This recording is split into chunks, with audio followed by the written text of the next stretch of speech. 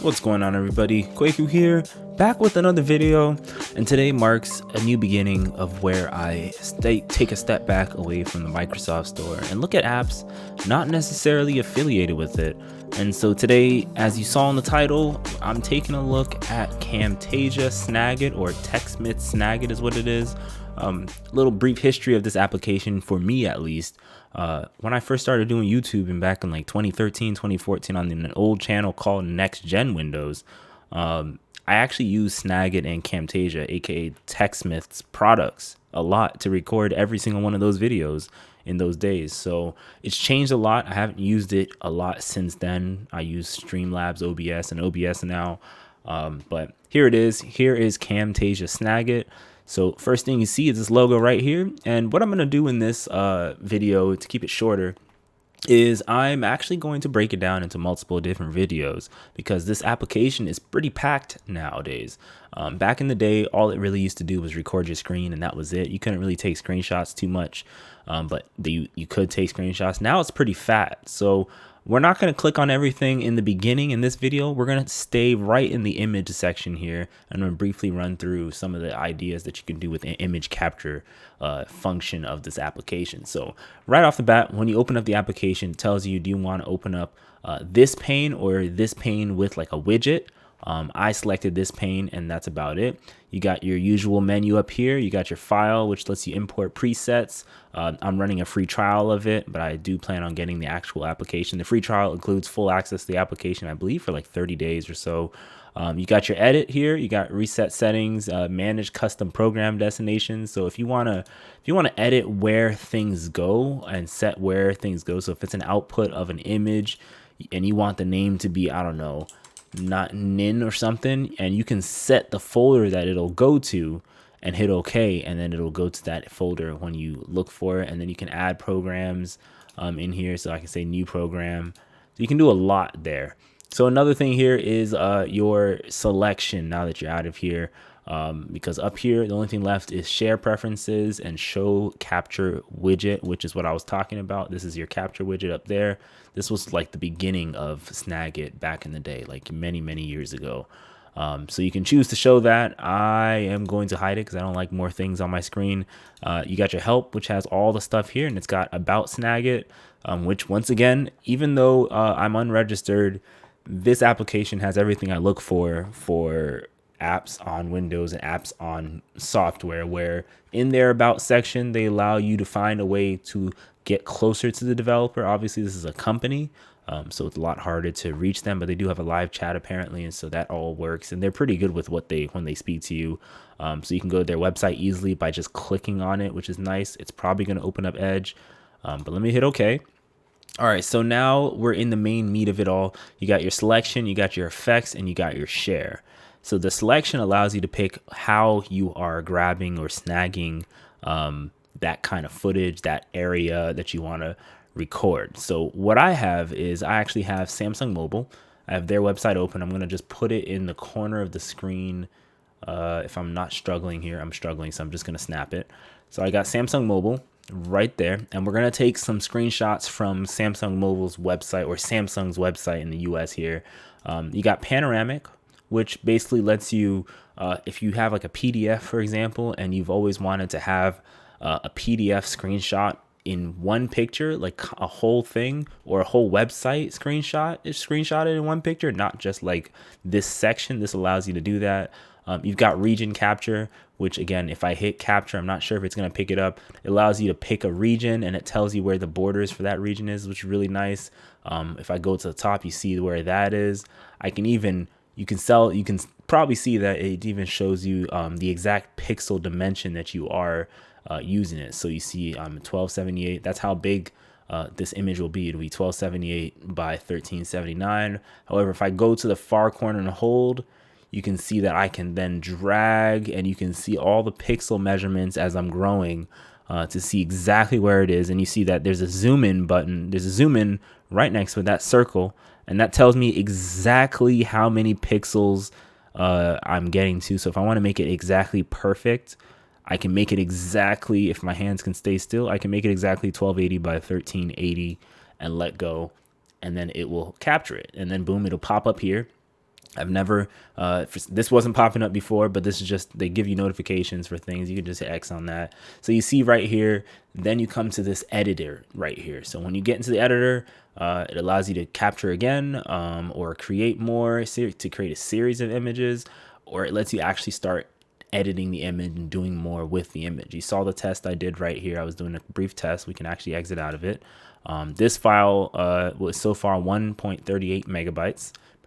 So what you can do in this editor now is you can use your arrow or whatever you want. You can say, pick an arrow, pick a style of the arrow. Let's say you want, I don't know, this kind of arrow. You can even edit it, make it solid in the middle. You can change the size of it. I can make it 25 if I want.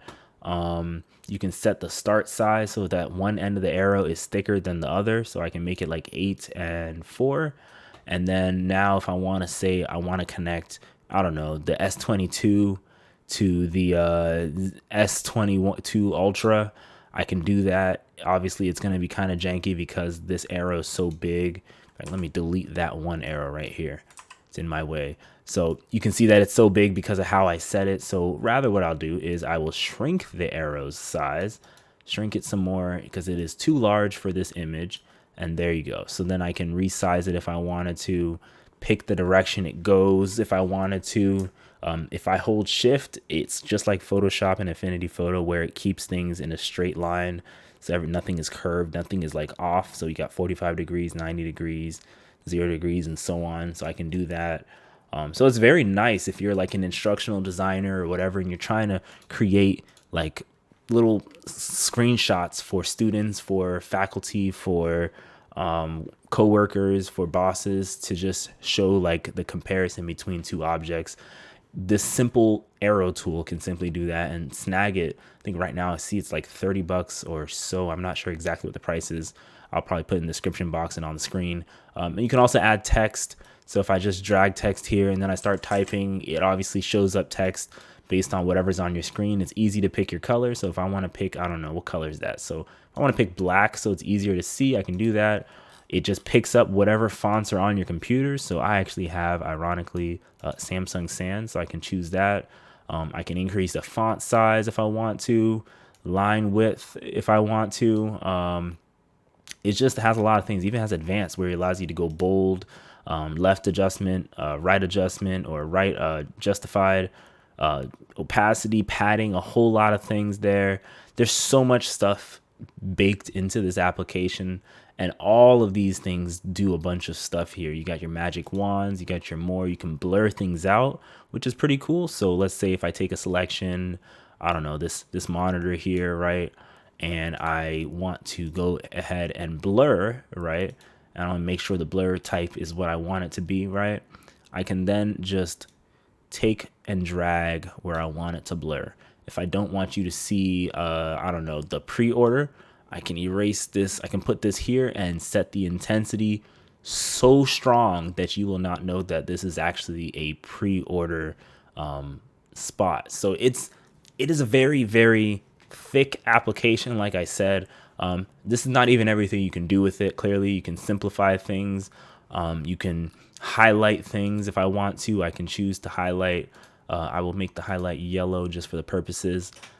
So I can highlight things very quickly, and it's just like a simple drag highlight. You can also hold shift to make them square and things like that. It just has a lot of functions on it, and I don't want to make this a 30-minute video to show everything. Of course, you got to erase. So if I want to erase everything, I can still erase to do that. I can set the width of the eraser or just click and erase, and it'll just completely erase everything, including the content and everything. If I want to do that, undo is also there. So if you go to edit, you can undo with the Control Z, which is the universal undo on Windows and most platforms. I think Mac is Command Z. Windows is Control Z. And speaking of Mac, obviously this application is also available on Mac. It's a separate purchase, but it's available on Mac.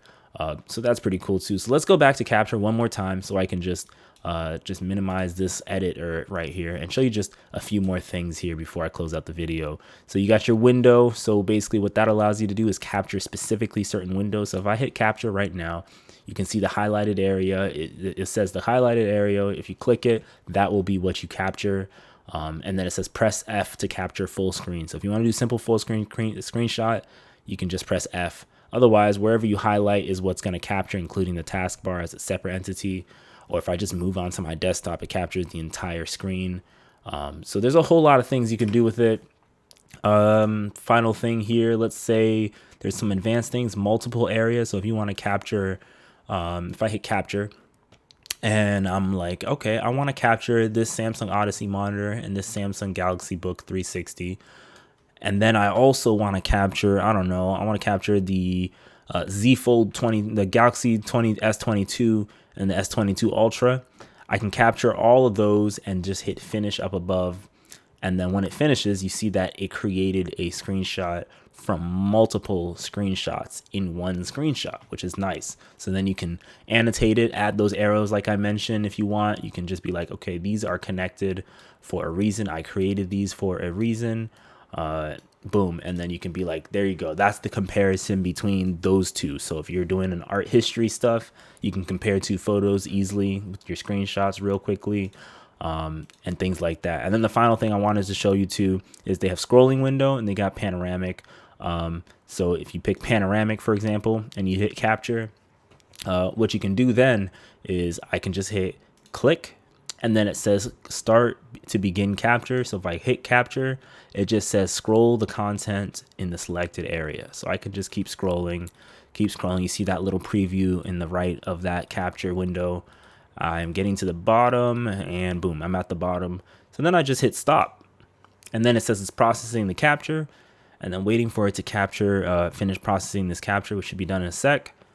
And then it'll open up the editor and boom, now you have the full-on Samsung website captured in one screenshot. And if I hit Control Plus and I just hit Control Plus over and over again, you can see right there that we have the whole Samsung website captured with none of the bordering windows and all the annoyances around. So if you're trying to show things for employers and employees and your boss and all that stuff, Snagit seems to be the tool to use for at least screenshot capture. Far more advanced than the Windows 11 one. Obviously not easier to use as the Windows 11 one. So yeah, that's a brief thing on Snagit so far.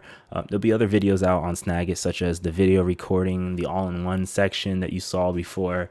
In fact, you'll see this right there, the video all-in-one recording. I'll do separate videos on those things just to break it down a little bit more. I know this one was too quick. It's probably like 10 minutes already, but yeah, that's about it. My name is Kwaku, and once again, this was TechSmith Snagit, not Camtasia Snagit, TechSmith Snagit. And eventually I'll get to Camtasia, which is my origins of doing this whole YouTube stuff. So stay tuned for that. Stay tuned for more Snagit, and I'll catch you guys in the next one. Stay safe out there and have a good weekend.